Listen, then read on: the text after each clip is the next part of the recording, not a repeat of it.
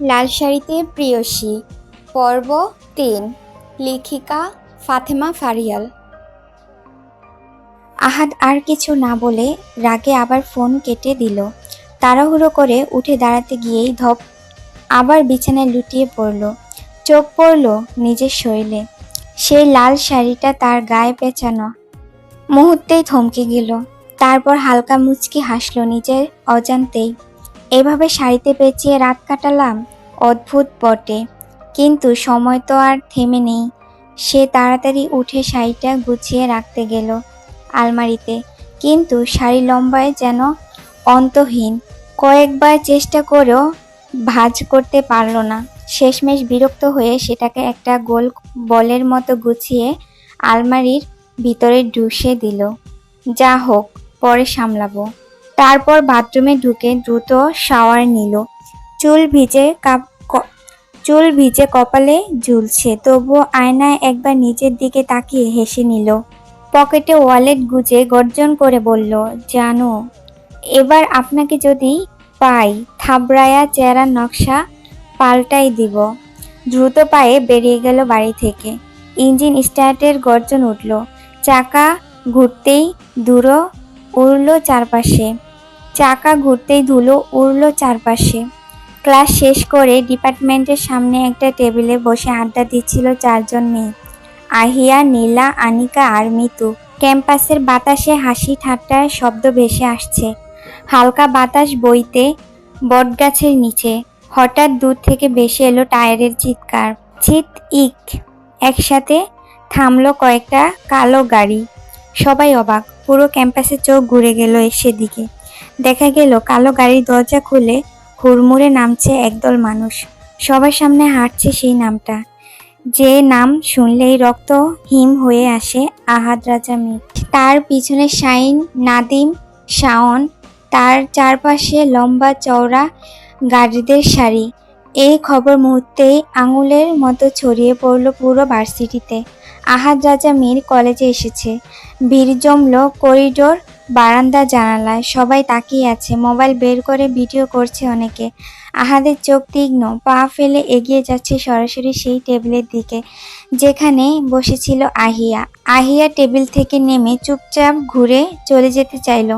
মুখ ভার, কারণ সে চায় না কেউ জানুক যে আহাদ তার ভাই। যতবার মানুষ জানে ততবার ভয়ে দূরে সরে যায় তার কাছ থেকে। কিন্তু আহাদের চোখ এড়ানো সহজ নয়। গভীর গলায় ডাক দিল, ওই আহি, কই যাস? এইদিকে আয়। আহিয়া দাঁড়িয়ে গেল, চোখে বিরক্ত ছাপ। ধীরে ধীরে এগিয়ে এলো ভাইয়ের দিকে। তার পিছনে কৌতূহলী হয়ে দাঁড়ালো নীলা, আনিকা ও মিতু। আহাদ দুই আঙ্গুল দিয়ে নাক ঘষল, একটা ভঙ্গি তার অভ্যাসের মতো। কিরে, আমাকে দেখে পালিয়ে যাচ্ছিলি কেন? কোথায় পালিয়ে যাচ্ছিলাম? আহাদ এবার চোখ ঘুরালো আহিয়া বান্ধবীদের দিকে। মুখে হালকা হাসি টেনে বলল, তোর বান্ধবীদের সাথে পরিচয় করাবি না? তোর ভাই এসেছে। আহিয়া অনিশ্চুপভাবে বলল, নীলাকে তো চিনোই। নীলা মুচকি হেসে হাত নাড়ালো। হায় আহাদ ভাই। আহাদ শুধু চোখের ইশারায় জবাব দিল। তারপর তাকালো বাকিদের দিকে। আহিয়া বলল, এটা আনিকা আর ও মিতু। আনিকা আর মিতু ভদ্রভাবে সালাম দিল। আহাদ সালাম নেওয়ার ভঙ্গি করল না, বরং ঠান্ডা কণ্ঠে প্রশ্ন ছুড়ে দিল, আরেকজন কই? আহিয়া অবাক হয়ে বলল, ওহ, রিধি। রিধি তো একটু আগে চলে গেছে। আহাদের চোখ লাল হয়ে উঠল, চেঁচিয়ে উঠল, চলে গেছে মানে? কই গেছে? পুরো ডিপার্টমেন্ট থমকে গেল। শত শত চোখ তাকিয়ে রইল এই দৃশ্যে। আহিয়ার গলা নামিয়ে শান্তভাবে বলল, ওর নাকি কিছু কাজ আছে, কোনো সার্ভিসিং দোকান থেকে ফোন নেবে, তারপর নাকি হসপিটালে যাবে। আর কি কি বলল? আহাদ হঠাৎ ঘুরে দাঁড়ালো শাহিনদের দিকে। চোখের দৃষ্টি ভয়ঙ্কর। আবার হসপিটাল? শাহিনের বাচ্চা, আমি কি লাটিম? কাল থেকে শুধু লাটিমের মতো ঘুরছি। আর তোরা সব কটা কি করছিলি? কলেজের সামনে ঘোড়ার ঘাস কাটছিলি? তার হুঙ্কারে চারপাশের বাতাস ভারী হয়ে গেল। শাহিন হক চড়িয়ে গেল। নাদিম আর শাওন দুপা পিছিয়ে দাঁড়ালো। শাহিনকে সামনে রেখে দিল, সিংহের সামনে হরিণের মতো। আহাদ দাঁত কিরমির করে বলল, আমার মন চাইতেছে এখন। শাহিন গলা কাঁপিয়ে জিজ্ঞাসা করলো, কি চায় ভাই? আপনার মন? আহাদ হঠাৎ ঠোঁটে হালকা হাসি ফুটল। শাহিনের ঘাড়ে হাত রেখে বলল, আইসক্রিম খেতে মন চাইছে, বল আইসক্রিম খেয়ে আসি। সবার মুখে বিস্ময়, চারপাশে চাপা হাসি ছড়িয়ে গেল। পিছন থেকে হঠাৎ আহিয়ার কণ্ঠ ভেসে এলো, ভাইয়া আমাদেরও নিয়ে যাও। আহাদ একটু ঘাড় বাগিয়ে বোনদের দিকে তাকালো, তারপর দমভরা ভঙ্গিতে ঘোষণা দিল, চল সবাইকে খাওয়াবো। আহাদ রাজা মীরের পক্ষ থেকে আজ সবার জন্য ফ্রি ফ্রি ফ্রি। পুরো ক্যাম্পাসে যেন এক মুহূর্তের জন্য বজ্রপাত হলো। কিন্তু আহাদের দলের লোকেরা যারা ভিতরে ভিতরে কাঁপছে তারা বুঝে ভাই হঠাৎ খুশি হলে তার পেছনে লুকিয়ে থাকে বড় এক ঝড়ের আগমন। ভার্সিটির গেট পেরিয়েই রাস্তার অপর পাশে এক বিশাল আইসক্রিমের পার্লার। সেখানে ভিতরে এক কোণে বসেছে আহিয়া, নীলা, আনিকা আর মিতু। সবার হাতে ঠান্ডা ঠান্ডা কাপে আইসক্রিম। হালকা রোদে ঝলমল করছে সেই কাপের রঙিন স্কোপগুলো। আহিয়া ধীরে সুস্থে খাচ্ছে, নীলা কিছুটা চুপচাপ, কিন্তু আনিকা আর মিতু চোখ ঘুরিয়ে ঘুরিয়ে তাকাচ্ছে অন্য টেবিলের দিকে। সেখানে বসে আছে আহাদ রাজা মীর। অন্য সবার মতো সাধারণভাবে নয়, বরং উঠে বসেছে পুরো টেবিলের উপর। খুব মনোযোগ দিয়ে আইসক্রিম খাচ্ছে সে। পৃথিবীর সবচেয়ে গুরুত্বপূর্ণ কাজ করছে এখন। তার সামনে দাঁড়িয়ে আছে তিনজন, শাহিন, নাদিম ও শাওন। তারা দাঁড়িয়ে আছে ডকডক করে কাঁপছে, কারণ তাদের শাস্তি হিসেবে বিশাল বিশাল বরফের খণ্ডের উপর খালি পায়ে দাঁড় করিয়ে রাখা হয়েছে হাতে ধরা ঠান্ডা আইসক্রিম। পাশে দাঁড়িয়ে আছে গার্ডরা। সবাই চুপচাপ, কারণ সবাই জানে এটা ভাইয়ের খেলা নয়, শাস্তি। আহাদ মাথা উঁচু করে তাকালো তাদের দিকে, ঠোঁটে প্রচণ্ড হাসি ফুটল। কি হলো, খাচ্ছিস না কেন? খা, যতক্ষণ না এই বরফ গলবে ততক্ষণ পর্যন্ত আইসক্রিম খেতেই হবে। শাহিন, নাদিম ও শাওনের ঠোঁট নীল হয়ে যাচ্ছে ঠান্ডায়, কিন্তু কিছু বলার সাহস নেই কারো। বরফ গলছে ধীরে ধীরে, তাদের শরীরের কাঁপুনি ততই বাড়ছে। আনিকা ভয়ে পিসপিস করে বলল, এই আহিয়া, তোর ভাই এত নির্দয় কেন? কোনো মায়াদয়া নেই নাকি? এটা তো শুধু টেইলার, এর চেয়েও ভয়ানক শাস্তি পেয়েছে ওরা বহুবার। আনিকা আর মিতু একে অপরের দিকে তাকালো, চোখে ভয়, অবিশ্বাস। তারা জানতো আহাদ রাজার নাম, তার দাফটের গল্প, কিন্তু এতটা নির্মমতা সামনে থেকে প্রথম দেখলো। নীলা কিন্তু চুপ, সে অনেক কিছু জানে আহাদের ভিতরের অন্ধকার দিনগুলো সাথে পরিচিত। আর এদিকে আহাদ কোনো কিছুর পরোয়া না করে আস্তে আস্তে নিজের আইসক্রিম খেয়ে যাচ্ছে। তার ঠোঁটের কোণে ভেসে উঠছে রহস্যময় হাসি। সবার মনে যখন একটাই প্রশ্ন, এ কি শুধু খেলা নাকি ঝড় আসছে আরো বড়?